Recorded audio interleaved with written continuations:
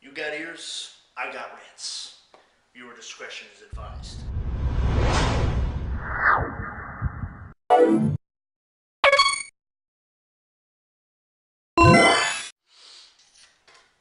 I've been thinking of taking some acting lessons. I think that's a good idea. I mean, as of now, I have no formal training, so here's what I'm going to do.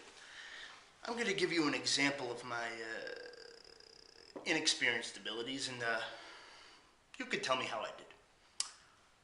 Only problem is I don't really have my own style to speak of, so I guess I'm going to have to borrow a page from an actor. What name comes to mind when I think legendary actor? Marlon Brando, Humphrey Bogart, Al Pacino, Clark Gable. Oh, I have a good idea. How about Tobey Maguire? Uncle Ben.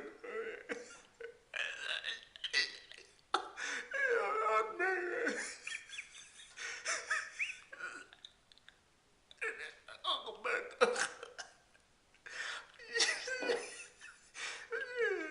Special effects. Gotta sound right now.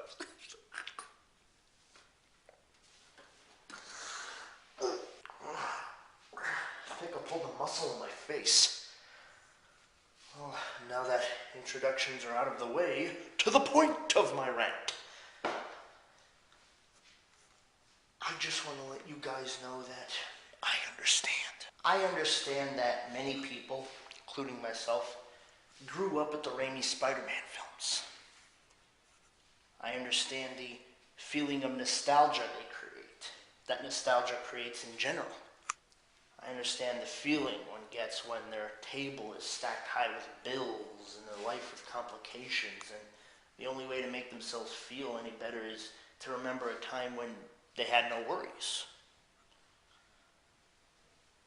I understand how bleak and stressful life can appear sometimes, and how it appears so much more beautiful through rose-tinted glasses, through nostalgia-tinted glasses.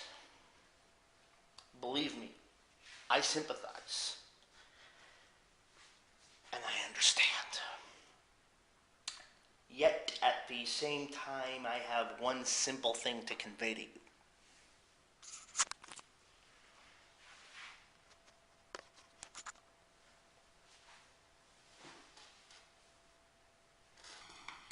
Grow up. Every time I ask someone about the new Spider-Man movie coming out, be it on the internet, real life, blah, blah, blah, people always close their minds. They always give me the same response, that it's going to end up being a piece of shit, as if they could see into the fucking future or something. And every time I ask why you know this, it's always the same reason. Because Sam Raimi's Spider-Man films ruled, man. So, Spectacular Spider-Man was an amazing television show, but does that mean that there can never be any other Spider-Man television show? For all we know, a better one can come out. So that logic is retarded, but you know what makes it even more retarded? The Raimi Spider-Man films? They were flawed. Believe it or not, I have somewhat of a social life to maintain, so I can't quite possibly create a verbal list of all of the film's flaws. On the other hand, I do want to seem somewhat credible, so let me give you a few. Flaw number 1, plot points and themes mercilessly beaten over my head. Flaw number 2, Spider-Man and Doc Ock have no direct conflict. Spider-Man goes off and does his emo shtick. Doc Ock does his lesser emo shtick. They eventually meet, an action scene happens, and then they go off and do their thing. Is there supposed to be tension in this storyline? I don't understand. Flaw number 3. Not even considering its cinematic shortcomings, because what's more important to this rant is its shortcomings as a comic book adaptation. people who have read the comics, who know the character, or who at least grew up with the incredibly flawed 90s Spider-Man show, know that Spider-Man has a sense of humor. Raimi didn't get that. It's that simple. I know this has been said many times, but the characters were not done right. Mary Jane is supposed to have an energetic, feisty, likable personality. The villains are supposed to be villains, not sympathetic. They're not supposed to be characterized with that whole good guy turned bad when they got powers cliche.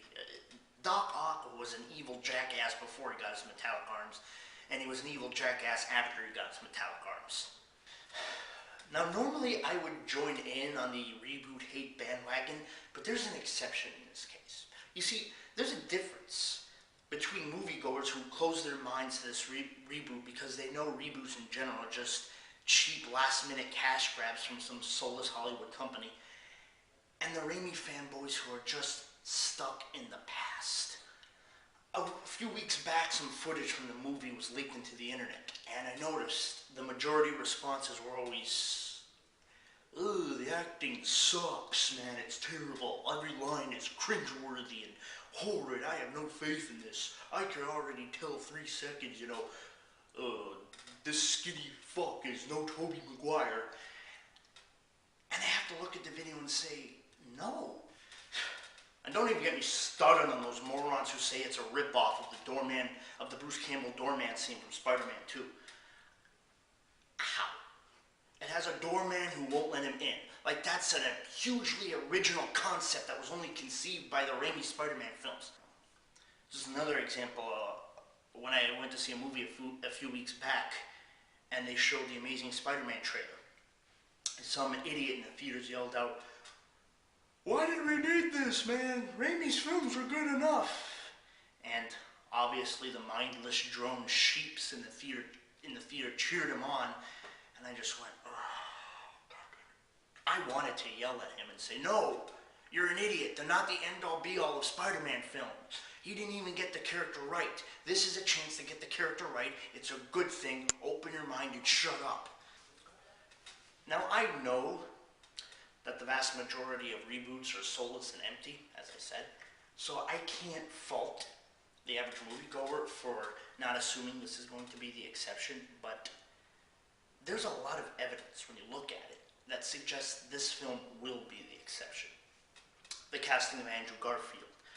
The man looks like the Ramita Spider-Man brought to life, and he could act. Mark Webb, good director. 500 Days of Summer was a great movie. The fact that that this film will take place in the high school years, and if you've read Spider-Man comics from the beginning, you know he started his story as a superhero in the high school days. The last trailer shows him, being a smartass to the robber, etc., etc.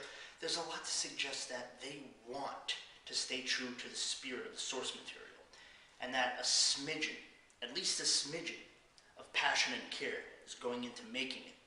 So why not open your minds? I mean, I keep hearing about this rule that you have to wait a certain amount of years so that the memory of the Raimi films could just up and leave our brains, and that they're not going to do that until a certain amount of years pass. But really, how long do Spider-Man fans have to wait until we could finally have a proper representation of the character? If we have a chance to do the character right, why wait a certain arbitrary amount of years? Because let's be honest, how long will it really take until the memory of the film that you love, that you grew up with, leaves? 10 years, 20 years, 50 years, 90 years, till we're dead? So either watch the film with an open mind and judge it based on objective, impartial expectations, or stay in the past, stick to your Raimi fanboyism, go away, and stop shoving it down our throats. That's all I ask. Well, I am TheReccher. Over and out.